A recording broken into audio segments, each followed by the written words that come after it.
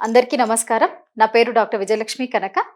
ఇవాళ మనము మనకి ఎటువంటి వినాయకుడిని పూజించడం ద్వారా ఎలాంటి ఫలితం వస్తుంది? లేదా ఎలాంటి బాధలు తొలగుతాయి అనేటువంటిది తెలుసుకుందాము. మనకి వినాయక చవితి రాబోతుంది కదండీ! వినాయకుడు అంటే ఎటువంటి వినాయకుడు అంటే ఇప్పుడు చూడండి వినాయక చవితికి రకరకాల రంగులు, రకరకాలుగా అంటే ఇప్పుడైతే చాలా రకాల వినాయకులు మనకి చూడటానికి ఆహ్, క్రికెట్ ఆడేటువంటి వినాయకుడు, లేకపోతే మనకి మోడర్న్ కాస్ట్యూమ్స్ తోటి రకరకాలుగా చేస్తున్నారు కదా! క్రియేటివ్‌గా. కొన్ని చూడ్డానికి చాలా ముద్దుగా కూడా అనిపిస్తూ ఉంటాయి. సో, మనం ఎలాంటి వినాయకుడిని ఈ వినాయక చవితికి పెట్టుకొని పూజించడం ద్వారా మనకి ఎలాంటి బాధ అనేది తొలగుతుంది? లేదా ఎలాంటి ఫలితం వస్తుంది అనేటువంటిది మనం తెలుసుకుందాం. జనరల్‌గా మనం పూజ చేసేటప్పుడైతే ఇంట్లో మనము ఉన్నటువంటి ప్రతిమల్ని మాటి మాటికి మార్చము లేదా ఫోటోల్ని. కానీ మనకి ఈ యొక్క వినాయక చవితికి మాత్రము ఏ కలర్ కావాలంటే ఆ కలర్ లేదా ఎట్లాంటి వినాయకుడు కావాలంటే అలాంటి వినాయకుడిని తీసుకొని పూజించేటువంటి అవకాశం ఉంది. సో, మీరు వినాయకుడిని కొనేటప్పుడు ముఖ్యంగా చూసుకోవాల్సింది ఏంటి అంటే, కలర్‌ని బట్టి కూడా మనం వినాయకుడిని తీసుకోవచ్చు. ఉదాహరణకి మీరు ఒకవేళ నారింజ రంగు, ఆరెంజ్ కలర్ కానీ, ఎరుపు, రెడ్ కలర్ వినాయకుడిని తీసుకున్నారనుకోండి, ఎవరికైనా కుజ దోషం ఉన్నట్లయితే మీరు ఈ ఆరెంజ్ కలర్ కానీ, రెడ్ కలర్ కానీ వినాయకుడిని పూజించినట్లయితే మీకున్నటువంటి ఆ కుజ దోషం అనేటువంటిది తొలగిపోతుంది. అంటే మొత్తం కంప్లీట్‌గా కాకపోయినా తగ్గుముఖం పడుతుంది. ఆ అవకాశం ఉంది వినాయక చవితి అప్పుడు. జనరల్‌గా అయితే మనం ఇంట్లో రెడ్ కానీ అలాంటి వినాయకుల్ని పూజించం కదా! సో, మీరు ఈ వినాయక చవితికి రెడ్ కానీ, ఆరెంజ్ కలర్ వినాయకుడిని కానీ సెలెక్ట్ చేసుకొని మీరు అంటే మీరు వినాయక చవితి రోజు పెట్టుకొని పూజ చేసినట్లయితే 9 రోజులు కుజగ్రహం యొక్క ఆ దోషం అనేటువంటిది కొద్దిగా తగ్గుముఖం పట్టేటువంటి అవకాశం ఉంది. తర్వాత మనకి ఆకుపచ్చ వినాయకుడు. ఆకుపచ్చ రంగులో ఉండేటువంటి వినాయకుడు ఇది మనము ఈ వినాయక చవితికే కాదండి జనరల్‌గా ఫోటోస్‌లో కూడా మనకి దొరుకుతుంది. మీరు ఎప్పుడన్నా గమనించినట్లయితే ఆకుల షేప్‌లో ఉన్నట్టుగా మనకి రావి ఆకుల షేప్‌లో ఉన్నట్టుగా కూడా మనకి చాలా ఫోటోస్ ఉంటూ ఉంటాయి కదా! సో, అలా ఆకుపచ్చ రంగులో ఉన్నటువంటి వినాయకుడి ఫోటోకి కానీ లేదా విగ్రహానికి పూజ చేయడం ద్వారా ఏమవుతుంది అంటే విద్యలో మనకి విజయాలు లభిస్తాయి. అలాగే వ్యాపారంలో ఉన్నటువంటి వాళ్ళు వ్యాపార అభివృద్ధి కావాలి అంటే గనక మనము ఆకుపచ్చ రంగులో ఉన్నటువంటి వినాయకుడిని పూజించడం ద్వారా మనకి విద్య తర్వాత మనం చేసేటువంటి వ్యాపార అభివృద్ధి అనేటువంటిది జరుగుతుంది. తర్వాత శ్వేతార్క గణపతి. శ్వేతార్క గణపతి అంటే మన జిల్లేడు వేరు ఉంటుంది కదా! దానితో తయారు చేసినటువంటి వినాయకుడు. శ్వేతార్క గణపతి అనేది మనకు దొరుకుతుంది. మనం ఇది మామూలుగా కూడా గుళ్ళో అంటే మన పూజా మందిరంలో పెట్టుకొని పూజ చేసుకోవచ్చు. ఇప్పుడు ఈ వినాయక చవితికనే కాదు మామూలుగా మనం ఇంట్లో కూడా పెట్టుకొని పూజ చేసుకోవచ్చనమాట.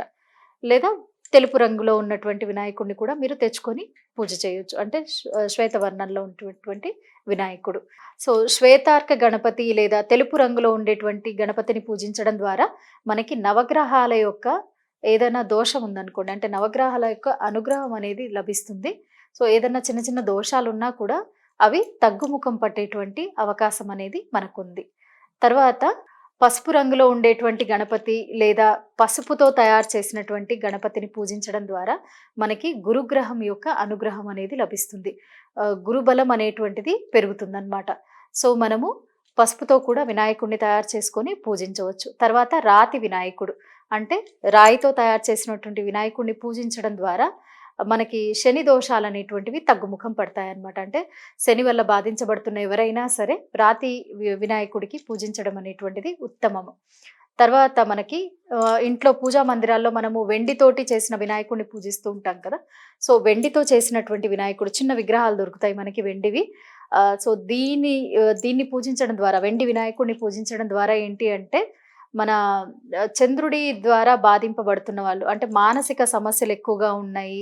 లేదా మానసికంగా చాలా లైక్ ఒకలాంటి డిప్రెషన్‌లో ఉన్నవాళ్ళు కానీ, మానసికంగా వాళ్ళకి ఒకలాంటి బాధలో ఉంటారు. ఎటువంటి బాధ లేకపోయినా ఎప్పుడు దిగులుగా ఉండడము. ఇలాంటి చంద్రుడి యొక్క ఆహ్, అనుగ్రహం సరిగ్గా లేకపోతే అంటే ఆయన యొక్క అనుగ్రహం సరిగ్గా లేని వాళ్ళకి ఇలా ఉంటుంది. దోషం ఉంటుందనమాట. ఆ చంద్ర దోషాలేమన్నా ఉన్నాయనుకోండి, ఈ వెండి వినాయకుడిని పూజించడం ద్వారా మనము పూజా మందిరంలో పెట్టుకొని ఆ దోషాలనేటువంటివి తొలగిపోతాయన్నమాట. సో, ఇలా మనం రకరకాల రంగుల్లో ఉన్నటువంటి వినాయకుడిని పూజించవచ్చు. ఇంకొకటి ఏంటి అంటే రాగి పాత్రలో మనము నైవేద్యాన్ని సమర్పించడం అనేటువంటిది చాలా అత్యుత్తమం అన్నమాట. మనకున్నటువంటి దోషాలని తగ్గుముఖం పట్టించడానికి అంటే అవి ఉన్న దోషం అనేటువంటిది మొత్తం పోకపోయినా దాని యొక్క ప్రభావాన్ని తగ్గించడానికి ఎప్పుడు నైవేద్యం పెట్టినా మనము రాగి పాత్రలో పెట్టడానికి ట్రై చేయాలి. తర్వాత మనకి రాహుకేతుల యొక్క దోషాన్ని తొలగించుకోవడానికి పొట్టకి పాము చుట్టుకొని ఉన్నటువంటి వినాయకుడు మనకి ఫోటోలో కానీ లేదా చిన్న విగ్రహం దొరికితే విగ్రహం ఆ పొట్టకి పాము చుట్టుకొని ఉన్నట్లుగా ఉండేటువంటి వినాయకుడిని పూజించడం ద్వారా ఈ రాహుకేతుల యొక్క దోషం ఏదైతే ఉందో దాన్ని మనము తగ్గుముఖం అనేటువంటిది అంటే ఆ దోషం అనేది దాని యొక్క ప్రభావం అనేటువంటిది తగ్గేటువంటి అవకాశం చాలా ఎక్కువగా ఉంటుంది. సో ఇవి కొన్ని రకాల మనము ఇప్పుడు వినాయక చవితికి కానివ్వండి లేదా రెగ్యులర్గా మనం ఇంట్లో పూజ చేసుకోవడానికి కానివ్వండి వినాయకులను ఎలా సెలెక్ట్ చేసుకోవాలనేటువంటిది నేను కొంత డీటెయిల్ మీకు ఇవ్వగలిగాను. సో ఇదండి మనము ఏ రంగు వినాయకుడిని పూజించడం ద్వారా ఎటువంటి ఫలితం వస్తుంది లేదా ఎటువంటి మెటీరియల్ తోటి చేసినటువంటి వినాయకుడిని పూజించడం ద్వారా ఎటువంటి దుష్ప్రభావాల మనము ఆ ప్రభావాన్ని తగ్గించుకోవచ్చు అనేటువంటిది నేను మీకు కొన్ని డీటెయిల్స్ ఇవ్వడం జరిగింది. మీ అందరూ కూడా వీటిని పాటిస్తారని అండ్ ఆ వినాయకుడి యొక్క అనుగ్రహాన్ని పూర్తిగా పొందుతారు. మీరు చేసేటువంటి ప్రతి పనిలో కూడా విజయాన్ని సాధిస్తారని ఆశిస్తున్నాను. మీ అందరికీ కూడా వినాయక చవితి శుభాకాంక్షలు. The tourism industry has been flourishing in the past few years. There is a huge demand for tour operators, forex managers, and hospitality partners. I am sure I would fit right into this path. I would like to learn from the best. Sun International, Hyderabad, Visakhapatnam.